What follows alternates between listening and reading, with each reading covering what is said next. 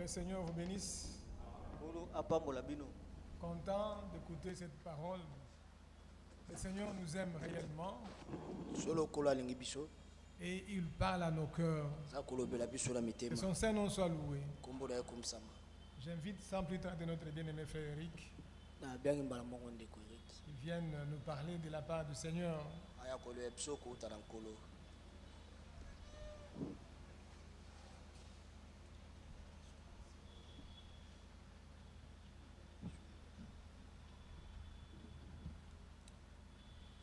Je vous salue tous très fraternellement ce soir. Dans le nom précieux de Jésus-Christ. J'ai la joie d'être ici. Il y a de très beaux souvenirs. Et triste que les choses ne soient plus comme elles étaient.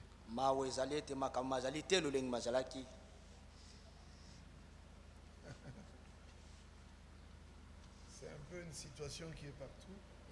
Pas seulement ici.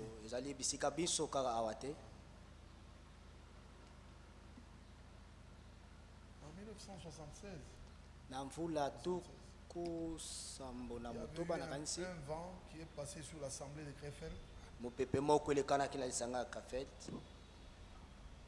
y a eu une grande dispersion.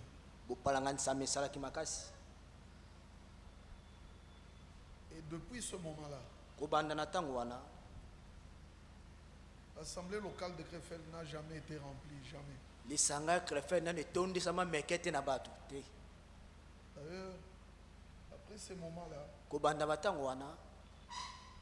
dans l'assemblée c'était comme ça, un peu comme vous êtes là. Beaucoup de chaises vides. Et Frère Franck avait pleuré. Il a dit on ne fait plus des réunions dans la grande salle. On commençait à se réunir dans une petite salle. J'ai eu la possibilité d'être à Krefeld quand ce ne sont pas des réunions internationales. Et j'ai regardé derrière moi. Frère, quelques frères. J'ai dit, c'est ça l'assemblée. Mes chers frères.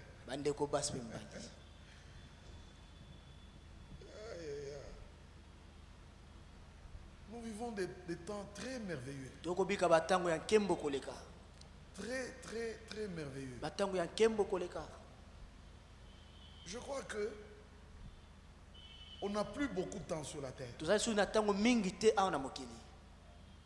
Ce que nous écoutons, dans toutes les prédications que nous écoutons maintenant, il s'agit des choses nécessaires pour le salut qui nous sont données. Cela avait été lu dans un verset ici dans Isaïe. Je crois que c'est... Est-ce que c'est pas Isaïe 45? Ce verset était lu. Et vraiment dans la traduction que nous avons, c'est pas comme...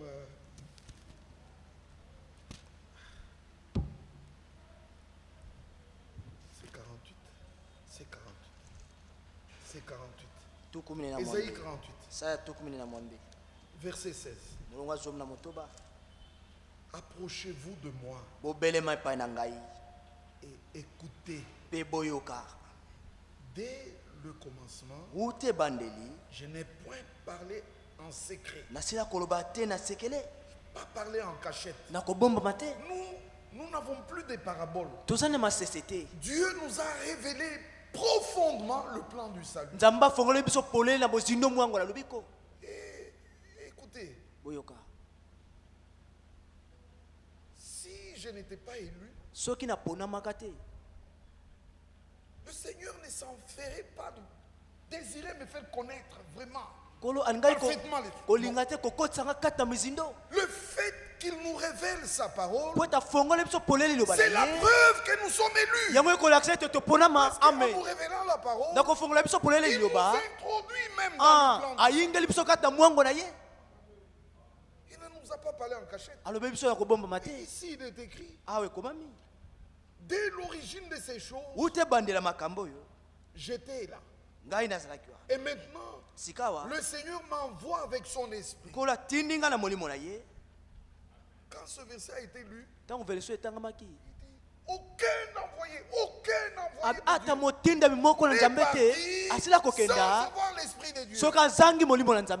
Dieu accorde son esprit à ceux qui l'envoient pour que les hommes qui écouteront écoutent la voix de l'esprit. Il ne s'agit pas des hommes qui parlent. C'est encore valable maintenant. Surtout en ce moment-ci. Oh mes chers frères. Et puis vient ce verset. Ainsi parle le Seigneur ton Rédempteur, le Saint d'Israël. Moi le Seigneur ton Dieu, je t'enseigne des choses nécessaires à ton salut. Je devais l'ouvrir ici. C'est la traduction allemande qui dit. Vous voyez comment Louis II, il dit je t'instruis pour ton bien. Je t'enseigne et te donne des choses nécessaires pour ton salut. Et je te conduis dans la voie que tu dois suivre. Ça se fait maintenant. Ça se fait maintenant. La pensée profonde de la prédication que nous écoutons. On peut prendre celle de dimanche aussi. On peut prendre toutes les autres qu'on a écoutées avant. Mais bien aimé dans le Seigneur, Dieu veut maintenant avoir sur la terre la véritable église qui est sa maison. Amen. Vous vous souvenez? Je me souviens que j'ai déjà prêché ici que notre Dieu, dans tout l'Ancien Testament, il venait en visiteur. Alors il est venu plusieurs fois. Et à chaque fois qu'il venait, il donnait une portion de la révélation de qui il est. Une portion du plan du salut qu'il a établi. Et c'est comme ça que de plusieurs manières, à plusieurs reprises, il a parlé à mon père, se révélant et révélant son plan. Donc il venait en visiteur et il partait. Comme je viens en visiteur, même si j'ai 2 valises, je n'ai pas tout ce qui m'appartient. J'ai pris les nécessaires pour les jours que je vais visiter. C'est ce que Dieu a fait dans l'Ancien Testament. Mais quand le Nouveau Testament a commencé, il n'est plus venu en visiteur. Il est venu pour faire sa maison sur la terre. Alors, toute plénitude de la divinité. Est-ce que vous êtes là? Est-ce que vous croyez cela? Partout dans la Bible, quand il parle de la plénitude, il est aussi dit, moi et toi, nous recevons de cette plénitude. Tout ce que Dieu était, il l'a revêtu en Christ. Et tout ce que Christ était, il l'a déversé dans l'église. Alors l'église est son corps. L'église est sa maison. L'église est sa demeure. Pas ces maisons ici. Dieu ne peut pas habiter dans des choses, dans ces murs ici. Frère, vous voyez ce qui se passe? Excusez-moi. Excusez-moi. C'est pas que... Vraiment, est-ce que Dieu se met en peine des bâtiments que vous faites? Est-ce que c'est ça l'église?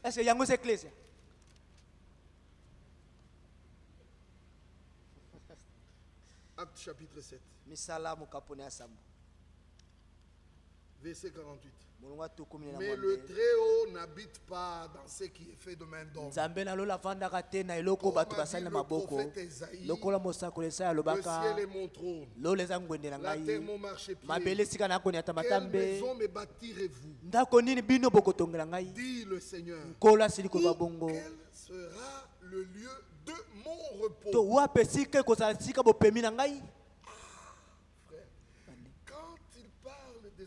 Le lieu de son repos, le Saint-Esprit il parle de la colombe que Noé a lâchée. Et il dit dans la Bible que la colombe est partie et elle n'a pas trouvé de lieu de repos. Amen. Mais toi et moi, frère, écoutez un peu. Dieu veut faire de nous Nzambali kosala biso esika na ya bopemi Nzambali kosala ndako ne kati na yo na ngai tina mayanga na biso mabondeli banzembo na biso nyonso to kosala eza pote yango ekokisama ya solo soko osala yango kati na yo te boye nayoki pasi na motema nayoki pasi oyebi na ntango moko Dieu doit mettre cette soif dans le cœur. Nzambe sengala tia posa una mitema na bango. J'ai entendu l'homme de Dieu dire, il le fera. Il mettra en nous une soif comme la soif de la biche. Selon la Bible. La soif de la biche, si la biche ne trouve pas l'eau, si elle n'est pas désaltérée, elle va mourir. Alors il faut que cette soif, une telle soif comme ça, saisisse les frères et les sœurs. Où chacun dira, il me faut je ne veux rien d'autre. C'est seulement quand cela viendra. Alors toutes les écritures de la Bible, que celui qui a soif, quand la soif n'est pas là, Dieu ne fera rien. Voyez-vous ça? Mais ici, il y a aussi une écriture. Laissez-moi la prendre. Ici dans Acte 17. Acte chapitre 17. Verset 24. Le Dieu qui a fait le monde et tout ce qui s'y trouve, étant le Seigneur du ciel et de la terre, n'habite point dans les temples faits de mains d'hommes. Que les frères et sœurs disent Amen. Alléluia. Amen. Dieu n'habite pas ici. Je me souviens. Je disais, et je le répète encore, Firmin n'a pas travaillé en vain. Toutes les paroles qu'il a dites ne sont pas entrées dans les murs. Il y a des hommes sur la terre qui avaient écouté et qui ont ça. Amen. Je vous dis, il sera prouvé. Tout ce que cet homme a prêché. Vous voulez que nous parlions de qui? Ici.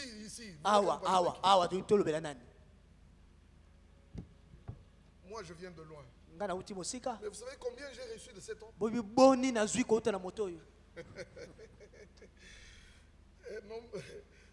Quelqu'un à Madagascar, nous sommes allés à Madagascar. Et on a prêché troisième réunion à Mbatondrazaka, très loin. Avec un homme, excusez-moi, c'est un frère bien-aimé, maintenant on s'entend très bien, mais qui ne m'avait pas bien reçu en Côte d'Ivoire. Vous savez que toute la Côte d'Ivoire, le travail que j'ai fait là-bas, je me dis seulement que j'entre dans un travail d'autrui. C'est Firmin. Partout je vais, c'est Firmin. Et quand je prêche, dis-nous, tu connais Firmin? Je dis oui. Je le connais. Alors à Madagascar, ce frère-là, qui nous avait... bon. Mais alors, on devait s'échanger, on a terminé la prédication. On devait s'échanger pour voyager partir. Et nous sommes entrés dans la même chambre pour nous échanger. Moi, Richard et lui. Alors, Richard dit, demande-lui toi-même. Demande-lui toi-même. Alors le frère dit, frère, je vais poser des questions. Tu connais le frère Firmin, hein? J'ai dit oui. Oui, je le connais.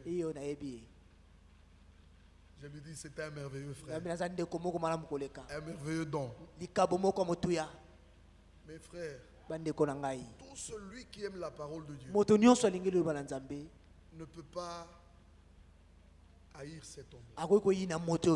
Non, il l'aimera de tout son cœur. Cet homme avait de l'avance. Il avait de l'avance. Voilà ce que nous sommes en train de prêcher aujourd'hui. Lui avait prêché ça. Mais ici à Limité, le but de la prédication doit être déjà atteint. Que plus personne ne vous trouble. Que plus personne ne dise autre chose. Écoutez les prédications que nous écoutons.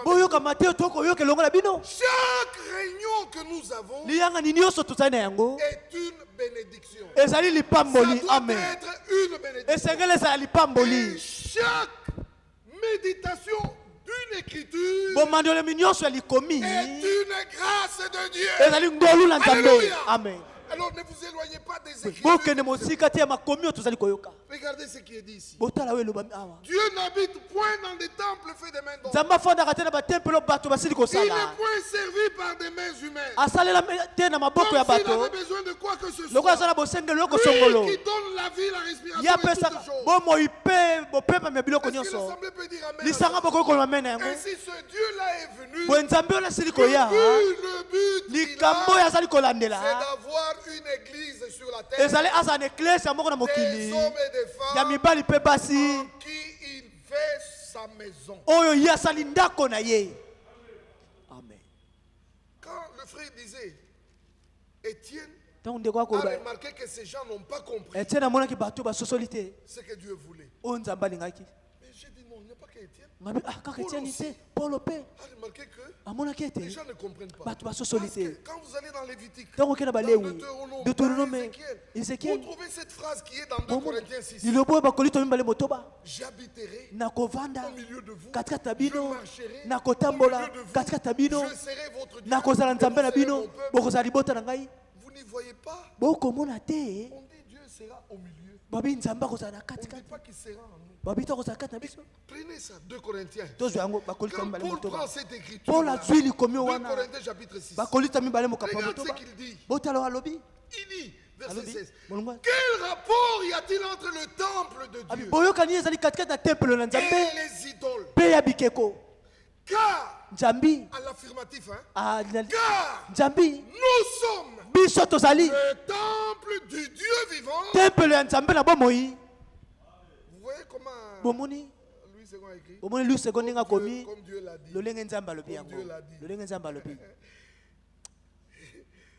Ça peut être ça. Mais au contraire, c'est Dieu qui ordonne. Il ordonne. Dieu ordonne. Il y a ici à Kinshasa une maison. Amen. Si vous écoutez ça, frère, j'habiterai et je marcherai au milieu d'eux. Je serai leur Dieu. C'est ce que Dieu a ordonné.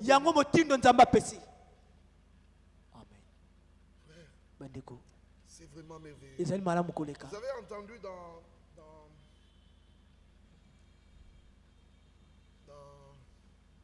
l'introduction, avant qu'il ait les Écritures, il a donné la pensée de l'évolution. Il y a des gens qui s'arrêtent, d'autres qui... Frère Franck, ne dis jamais que... Frère, je vous dis, il prêche le message. Selon si toi tu as déjà lu, tu sauras que ce qu'il est en train de dire, ça se trouve quelque part. Mais c'est le compte à rebours. Quand William Branham a prêché le compte à rebours, il a dit, regardez, comment comment l'évangile a marché. Quand on a prêché la justification, c'était dans l'âge du cheval. Mais maintenant nous avons évolué. On n'est plus dans l'âge du cheval. Frère Branham parlait des fusées. C'est ce qu'il a vu dans son âge. Mais moi et toi, nous avons Android. Où que soit quelqu'un, on peut se parler. Comment le monde a évolué. Mais l'évangile aussi a pris le Amen. Nous sommes dans le temps de l'épouse. Où les hommes et les femmes deviennent la parole de Dieu manifestée. Amen. Christ doit être manifesté dans chacun de nous. Nous sommes dans cet âge où... Regardez. Il a lu ce verset. Il l'a mentionné seulement. Hébreux chapitre 10. Hébreux chapitre 10. Laisse-moi. C'est écrit ici. Verset 19. Ainsi donc, frères, puisque nous avons au moyen du sang de Jésus une libre entrée dans le sanctuaire par la route nouvelle et vivante inaugurée, c'est-à-dire sa chair. Et puisque nous avons un souverain sacrificateur, il lit ce verset et il va dans Matthieu 22. Il dit prêchez, dites aux gens, tout est prêt, le repas, vous venez, vous n'avez rien. Mais lisez Matthieu 22. Les invités, les personnes qu'on a trouvées dignes d'inviter, ne furent pas dignes parce qu'ils ont refusé. Alors le dernier appel qui se passe dans notre temps, allez dans les chemins, allez dans les carrefours, tout celui que vous trouverez, bon, méchant, pauvre, n'importe qui, amenez-le. Alors on traîne les gens qu'on a ramassés, on les amène à la fête. Est-ce que vous entendez? Et alors on les rend dignes. On les lave, on les revêt d'habits de fête, et on les fait entrer dans la salle. Et ils sont là, les gens indignes, mais ils entrent dans la salle au repas. Que le nom de Dieu soit loué. Maintenant, c'est ce dernier appel qui va sur la terre. Apocalypse chapitre 3 verset 20. Ça dit comme ça, c'est voici, je me tiens à la porte et je frappe. Frère, dans notre assemblée, après la fin de cette prédication, on a exhorté les frères, on est tombé à genoux, nous avons dit à Dieu, aujourd'hui, nous te présentons une seule parole qui est importante pour nous. Donc toi Dieu, tu confirmes que tu te tiens à la porte de chacun de nous. Tu le dis ici. Quiconque va ouvrir, tu entreras. Tu frappes et tu appelles. Nous avons reconnu celui qui frappait à la porte. Nous avons entendu sa voix et il s'est présenté à nous. Nous donnons au Seigneur la gloire. C'est la vérité. Je vous dis, Apocalypse 3 doit nous donner à nous tous la possibilité de crier à Dieu et de dire, tu as dit si quelqu'un entend ma voix. Moi j'ai entendu ta voix. Ce n'est pas la voix du prédicateur. C'est toi le Seigneur qui m'appelle. J'ouvre mon cœur. Et à ce point-là d'ouvrir le cœur, nous allons dans Luc 24. Nous allons dans Luc 24. Regardez ce qui est écrit. Luc chapitre 24. Ça c'est merveilleux. Ces gens ne savaient pas qui était l'homme qui les accompagnait. En train de se plaindre, Mais ils disent, verset 21, nous espérions que ce serait lui qui délivrerait Israël. Mais avec tout cela, voici le troisième jour que ces choses se sont passées. Ok. Vous êtes déçus. Vous êtes découragés, vous espériez que. Mais regardez la phrase qui suit. Mais il est vrai que quelques femmes d'entre nous sont fort étonnées. Amen. Nous pensions que il y a quelque chose qu'on dit. On est allé à la tombe, son corps n'est pas là. On dit il n'est pas ici. Voyez un peu ça. Deux phrases, deux versets.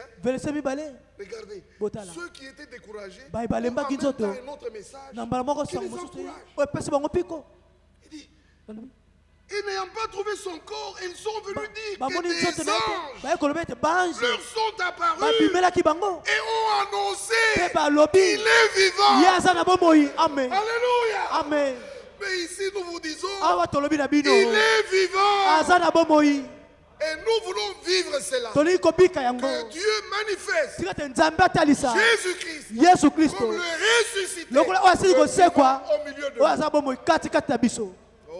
J'ai la joie. Même si vous êtes à 3 ici, je prêcherai de la même manière. On n'a plus besoin même de grandes foules.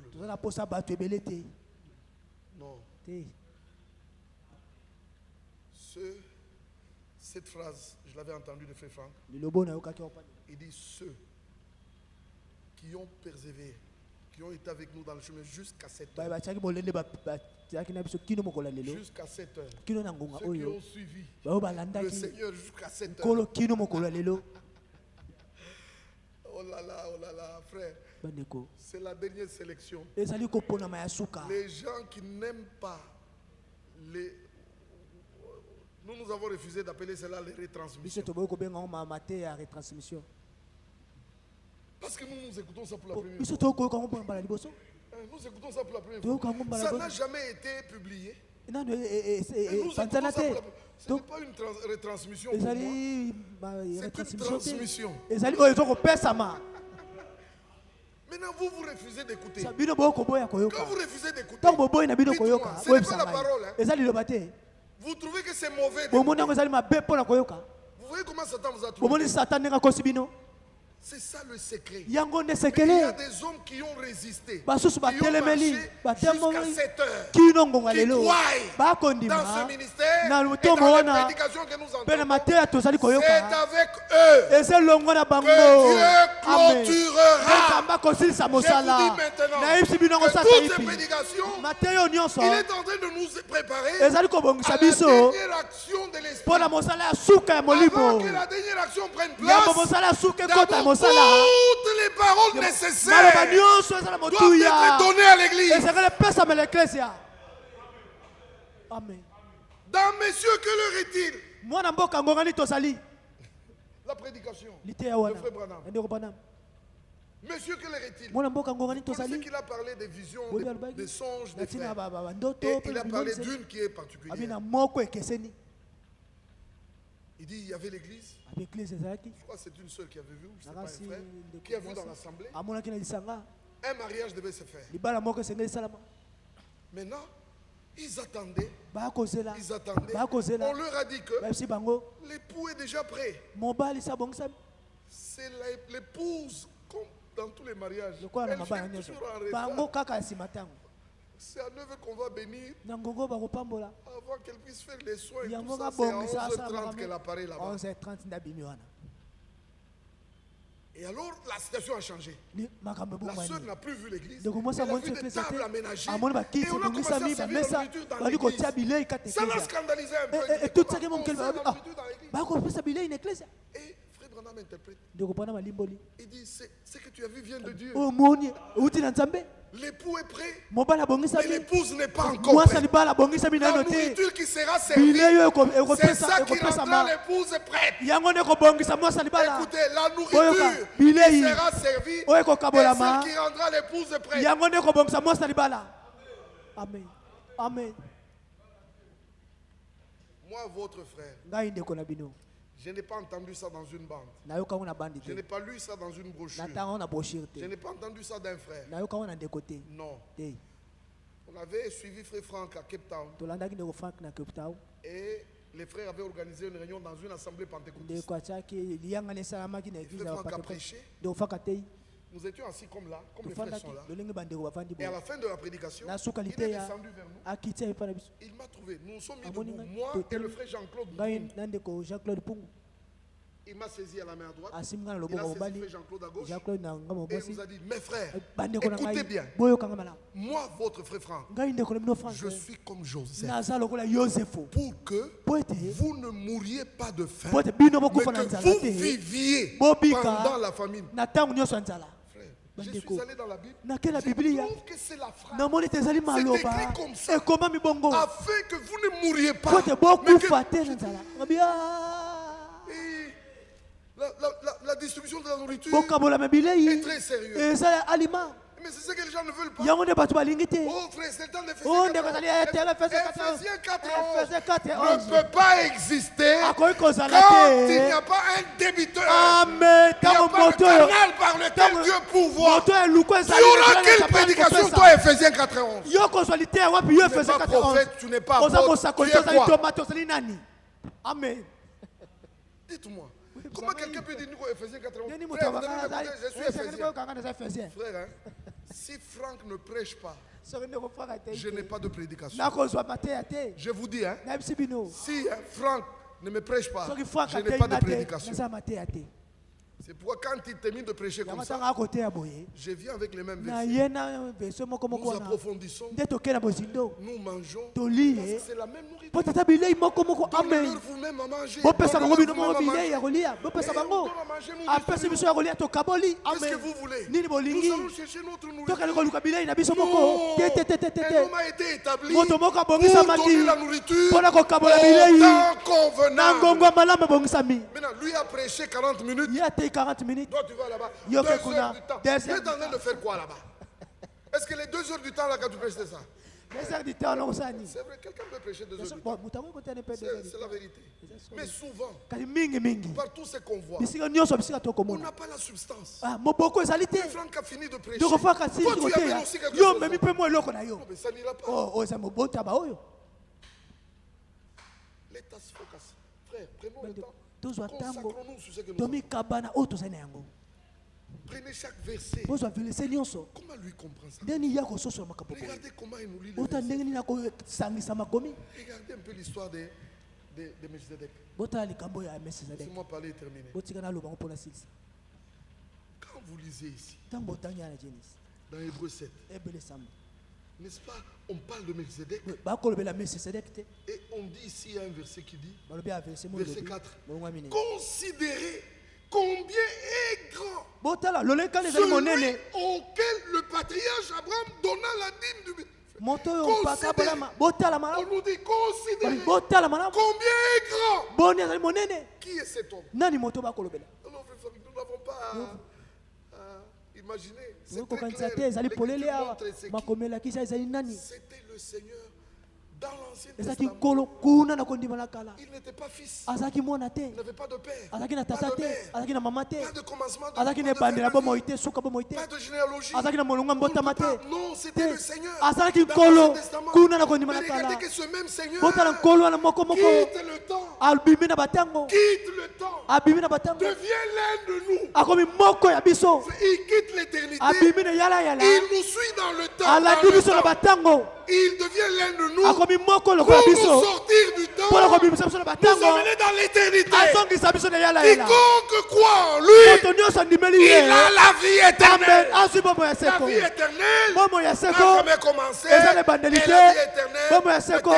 Que le nom de Dieu soit loué. Et c'est celui-là qui fait comme du temps d'Abraham, qui vient aussi avec le pain et avec le vin. Aimez-vous cela? Oh, mes chers frères. Luc 24, qu'on lisait. Luc 24. Ici, il est dit. Verset 28. Lorsqu'ils furent près du village où ils allaient, Jésus parut vouloir aller plus loin.